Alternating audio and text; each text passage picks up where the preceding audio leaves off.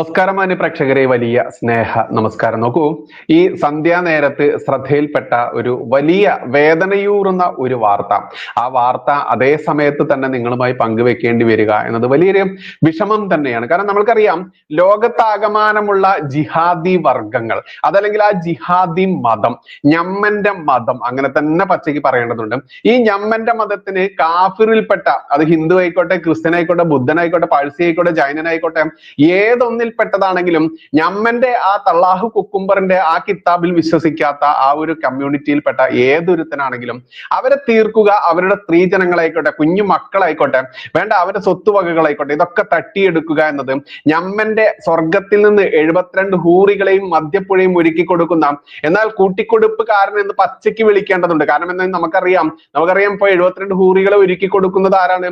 അത്തരത്തിലുള്ള ഒരുത്തൻ ഇറക്കി കൊടുത്ത കിതാബ് എന്ന് പറഞ്ഞ ആ കിതാബിൽ എഴുതി വെച്ചിട്ടുള്ള ഈ സൂക്തങ്ങൾ, അന്യമതസ്ഥനെ കൊല്ലുക, അവന്റെ സ്ത്രീജനങ്ങളെ തട്ടിയെടുക്കുക, കുഞ്ഞുമക്കളെ പോലും നശിപ്പിക്കുക, അവന്റെ സ്വത്തുവകകളെല്ലാം കൊള്ളയടിക്കുക, അത്രക്കാർക്ക് ഈ പറയുന്ന ഹിന്ദു ക്രിസ്ത്യനെ കൊന്നൊടുക്കുമ്പോൾ കിട്ടുന്ന ഒരു ആത്മനിർവൃതി ഉണ്ടല്ലോ, അത് 1921 അതിന് ശേഷമാണെങ്കിലും അത് മുൻപാണെങ്കിലും ഒക്കെ നമ്മൾ കണ്ടിട്ടുണ്ട്.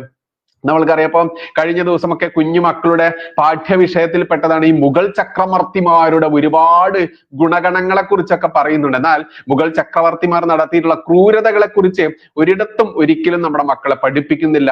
തെറ്റായ ദുഷ്ടത്തരങ്ങൾ മാത്രം കാട്ടിയിട്ടുള്ള ദുഷ്ടന്മാരെ പഠിക്കേണ്ടി വരുന്ന ഹിന്ദുവിന്റെയും ക്രിസ്ത്യാനിയുടെയും മക്കളുടെയൊക്കെ അവസ്ഥ പേരെടുത്ത് തന്നെ മതം തിരിച്ച് തന്നെ പറയേണ്ടതുണ്ട്. ഈ മതം തിരിച്ചുള്ള ഈ നാട്ടിൽ പറഞ്ഞു വരുന്നത് മറ്റൊന്നുമല്ല, പുതിയൊരു വാർത്ത. നിമിഷപ്രിയയുടെ വധശിക്ഷ ജൂലൈ 16 യമനിലെ പബ്ലിക് പ്രോസിക്യൂട്ടർ ഉത്തരവിട്ടു. അതായത് ജൂലൈ 16 യമനിലുള്ള ജയിലിൽ കഴിയുന്ന, 2017 ശേഷമാണ് ഈ കുട്ടി ജയിലിലാണ്, യമനിലുള്ള നിമിഷപ്രിയ. അവർക്ക് അവരുടെ വധശിക്ഷ നടപ്പിലാക്കാൻ വേണ്ടി 16-ാം തീയതിയാണ് ഉത്തരവിട്ടിരിക്കുന്നത്. ഇതുമായി ബന്ധപ്പെട്ട വാർത്തയുടെ കുഞ്ഞു ശകലം അത് കേൾക്കേണ്ടതുണ്ട്. എങ്ങനെ വരുന്നത് അറിയാമോ? യമൻ പൗരനെ വധിച്ച കേസിൽ മലയാളി നേഴ്സ് നിമിഷപ്രിയയുടെ വധശിക്ഷ നടപ്പാക്കാൻ ഉത്തരവ് ജൂലൈ 16 നടപ്പാക്കാനാണ് യമനിലെ പബ്ലിക് പ്രോസിക്യൂട്ടർ ഉത്തരവിട്ടത്. ഉത്തരവ് ജയിൽ അധികൃതർക്ക് കൈമാറി. കൊല്ലപ്പെട്ട തലാലിന്റെ കുടുംബം, ഈ തലാൽ എന്ന് കേൾക്കും മനസ്സിലാക്കുക, ഒരു ജിഹാദിയാണ്, പക്ക കാമപ്രാന്തനായിട്ടുള്ള ഞമ്മന്റെ പടച്ചവൻ 72 ഹൂറികളെ കൂട്ടിക്കൊടുക്കുന്ന അയാളുടെ സംസ്കാരം തന്നെയാണ്. ഐഷയുടെ പ്രായമൊക്കെ അതൊന്നും നമ്മൾ പറയേണ്ട ആവശ്യമില്ലല്ലോ. നമ്മൾക്കറിയാം, നമ്മുടെ ഒരു സഹോദരി അത് ചാനലിൽ ഈ ശിവലിംഗത്തെ അപമാനിച്ച് സംസാരിച്ച സമയത്ത് ഐഷയുടെ വയസ്സ് എത്രയെന്ന് ചോദിച്ചപ്പോൾ ആ പാവത്തെ കൊല്ലാൻ വേണ്ടി പറന്നെടുത്ത ജിഹാദികളെയൊക്കെ നമ്മൾക്കറിയാം. അത്തരത്തിൽ കൊല്ലപ്പെട്ട തലാലിന്റെ കുടുംബം, ഈ തലാൽ എന്ന് പറയുന്ന ജിഹാദിയെ നിമിഷപ്രിയ എന്തിനാ കൊന്നതെന്നറിയാമോ? അവരുടെ മാനാഭിമാനം രക്ഷിക്കാൻ വേണ്ടിയിട്ടാണ്. അവർ ഒരു കയ്യുമില്ലാതെ അവസാനം ഈ ജിഹാദിയെ കൊല്ലേണ്ടി വന്നത്. ഇനിയോ $1 മില്യൺ, അതായത് ഇവന്റെ തലാലിന്റെ കുടുംബം ദയാധനമായി ആവശ്യപ്പെട്ടത് $1 മില്യൺ ആണ്. അതായത് 8.57 കോടി രൂപ. എന്താ 8.57 കോടി രൂപ എന്ന് എടുത്തു പറയാൻ കാരണം എന്തെന്നറിയാമോ?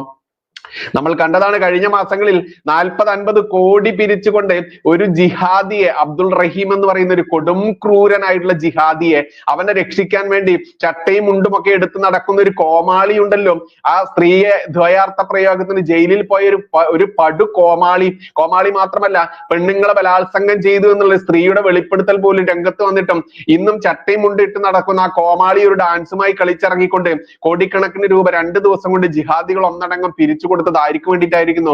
അബ്ദുൾ റഹീം എന്ന് പറയുന്ന കൊടും ഭീകരന് വേണ്ടിയിട്ടായിരുന്നു. എന്തുകൊണ്ടാണ് അബ്ദുൾ റഹീമിനെ കൊടും ഭീകരൻ എന്ന് വിളിക്കുന്നത്?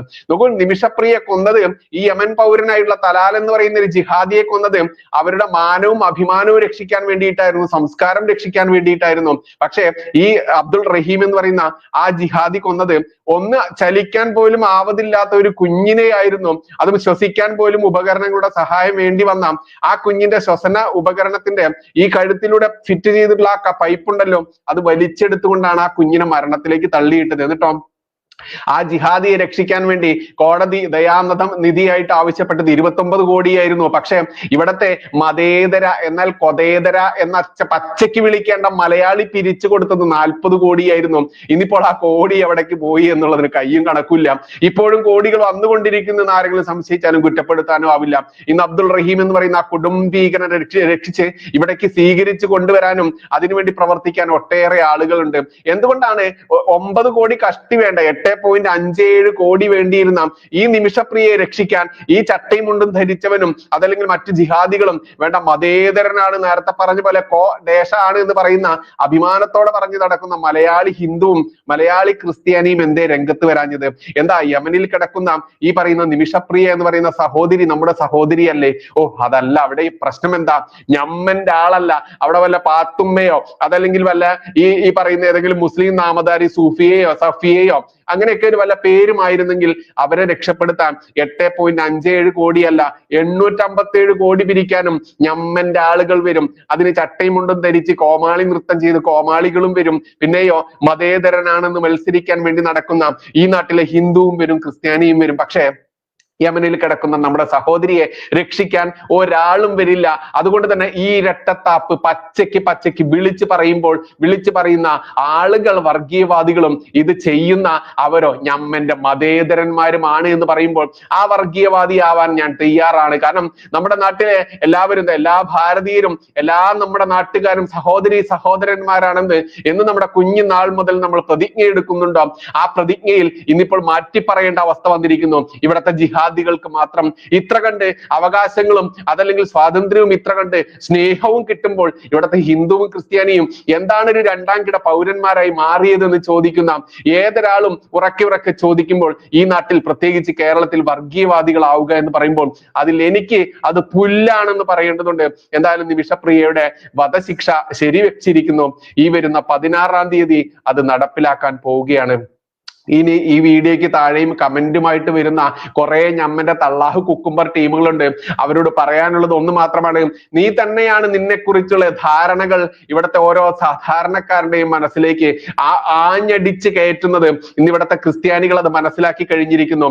ഇസ്ലാമിക ജിഹാദികൾ എന്താണെന്നും ഇവിടുത്തെ ക്രിസ്ത്യനും ഹിന്ദുവിനും രക്ഷ ആരാണ് എന്നുള്ളതും ഈ രാജ്യം ഭരിക്കുന്ന RSS അതല്ലെങ്കിൽ BJP മാത്രമാണ് ഈ നാട്ടിലെ ഈ പറയുന്ന ക്രിസ്ത്യൻ ജനതയ്ക്കും ഹിന്ദു ജനതയ്ക്കും ഏകരക്ഷ എന്നുള്ളത് ക്രിസ്ത്യാനികൾ മനസ്സിലാക്കിയിട്ടുണ്ട്. പക്ഷേ ഈ കാക്കയുടെയും കൊക്കിന്റെയും കഥ പറഞ്ഞ പോലെ കാക്ക കണ്ടറിയും കൊക്ക് കൊണ്ടറിയും എന്ന പോലെ തന്നെ കൊണ്ടറിഞ്ഞു വീണ്ടും കൊണ്ടറിയുന്ന ഹിന്ദുവിന് ഇപ്പോഴും നേരം വെളുത്തിട്ടില്ല. അതുകൊണ്ട് തന്നെയാണ് നിലമ്പൂർ ഇലക്ഷൻ നമ്മൾ കണ്ടു. ഇസ്ലാമിക ജിഹാദികൾ രണ്ട് തട്ടായി ഇടതുപക്ഷത്തും വലതു പക്ഷത്തും അണിനിരന്നപ്പോൾ രാജ്യസ്നേഹത്തിന് വേണ്ടി രാജ്യത്തിന് വേണ്ടി വികസനത്തിന് വേണ്ടി BJP എന്ന് പറയുന്ന ഒരു പാർട്ടി ഒരു പക്ഷത്തും നിലനിന്നപ്പോൾ അവിടെ ജിഹാദികളുടെ ശക്തി നോക്കി ജിഹാദികളുടെ ഏറ്റവും കൊടും ഭീകരത ആർക്കാണോ അത് ജമാഅത്തെ ഇസ്ലാമിക്കാണോ അതല്ല നൂറുകണക്കിന് ആളുകളെ ബോംബ് സ്ഫോടനത്തിൽ കൊന്ന ഈ പറയുന്ന PDP എന്ന് പറയുന്ന പാർട്ടിയുടെ നേതാവിന്റെ ഈ അബ്ദുൽ നാസർ മദിനിയുടെ പാർട്ടിക്കാണോ കൂടുതൽ ദ്രോഹപരമായിട്ടുള്ള ഭീകരതയുള്ളതെന്ന് നോക്കിക്കൊണ്ട് അതിനനുസരിച്ച് അവരുടെ തോളിൽ കൈയിട്ട ആ പാർട്ടികൾക്ക് വോട്ട് കൊടുത്ത ഹിന്ദുവേ ക്രിസ്ത്യാനി നീ ഇനിയും ചിന്തിച്ചില്ലെങ്കിൽ ആ ചിന്താശകലത്തിലേക്ക് അല്പമെങ്കിലും വെളിച്ചം പകരാൻ വേണ്ടി നിന്റെ തലച്ചോറിലേക്ക് പകരാൻ വേണ്ടിയാണ് നിമിഷപ്രിയയുടെ ഈ പറയുന്ന വധശിക്ഷ നടപ്പിലാക്കാൻ ഉത്തരവിട്ടിരിക്കുന്നു. ഈ വരുന്ന 16-ാം തീയതി അത് നടപ്പിലാക്കുമെന്നുള്ള വാർത്തയും അബ്ദുൾ റഹീം എന്ന് പറയുന്ന ഒരു കുഞ്ഞിനെ നിഷ്കരുണം കൊന്നൊടുക്കിയ ഇസ്ലാമിക ജിഹാദിക്ക് 29 കോടി വേണമെന്ന് പറഞ്ഞപ്പോൾ അത് 40 കോടി പിരിച്ചു കൊടുത്ത് അവനെ രക്ഷിച്ച് ഈ നാട്ടിൽ കുടിയിരുത്താൻ വേണ്ടി ഇനി അവനൊരു ജോലിയും വേണ്ട. നമ്മൾ എല്ലാവരും ഹിന്ദുവും ക്രിസ്ത്യാനിയും മുസ്ലിം അടക്കം അടയ്ക്കുന്ന നികുതി കാശ് എടുത്തുകൊണ്ട് അവന് വലിയ തുക പോലും ഇവിടുത്തെ സർക്കാരുകൾ നൽകിയാലും ജോലി നൽകിയാലും വലിയ സമ്പത്ത് നൽകിയാലും വലിയ കടവെച്ചു കൊടുത്താലും അതിലൊക്കെ അഭിമാനം കൊള്ളുമ്പോൾ ഹിന്ദുവേ ക്രിസ്ത്യാനി നീ മനസ്സിലാക്കുക, നിന്റെ വർഗത്തിൽപ്പെട്ട ഒരു സഹോദരിയെ ഇവിടെ ഇതാ തൂക്കാൻ പോകുന്നു. ഇസ്ലാമിക ജിഹാദികൾ ഹിന്ദുവിനെയും ക്രിസ്ത്യാനിയെയും തൂക്കിക്കൊല്ലുമ്പോൾ അതിൽ സന്തോഷിക്കുന്നുണ്ടോ എന്ന് ആരെങ്കിലും ചോദിച്ചാൽ കുറ്റപ്പെടുത്താനാവില്ല. അല്ലെങ്കിൽ അവിടെ അബ്ദുൾ റഹീമിന് കിട്ടിയ അതേ നീതി ഈ പറയുന്ന യമനിൽ ഈ തൂക്ക് വധശിക്ഷ വിധിച്ച് കാത്തിരിക്കുന്ന യമനിലെ നമ്മുടെ സഹോദരിക്കും കിട്ടേണ്ടതുണ്ട്. അത് കിട്ടാത്തിടത്തോളം കാലം ഈ നിമിഷപ്രിയയ്ക്ക് വേണ്ടി ആരും ശബ്ദിക്കാത്തിടത്തോളം കാലം തലാൽ എന്ന് പറയുന്ന ഒരു ജിഹാദിയെ തന്റെ മാനാഭിമാനം രക്ഷിക്കാൻ വേണ്ടി കൊല്ലേണ്ടി വന്ന ആ സഹോദരിയെ രണ്ട് വ്യത്യസ്ത കണ്ണുകൾ കൊണ്ട് കാണുന്ന ഇവിടത്തെ ഈ പറയുന്ന ജനത്തോട് മതേതര തേങ്ങാക്കൊലയോട് പച്ചയ്ക്ക് ചോദിക്കേണ്ടതുണ്ട്, നിനക്കൊക്കെ തന്ത എത്രയാടോ എന്ന് ആരെങ്കിലും ചോദിച്ചാൽ കുറ്റപ്പെടുത്താനാവില്ല. നന്ദി, നമസ്കാരം. ജയ് ഹിന്ദ്, ജയ് ശ്രീറാം.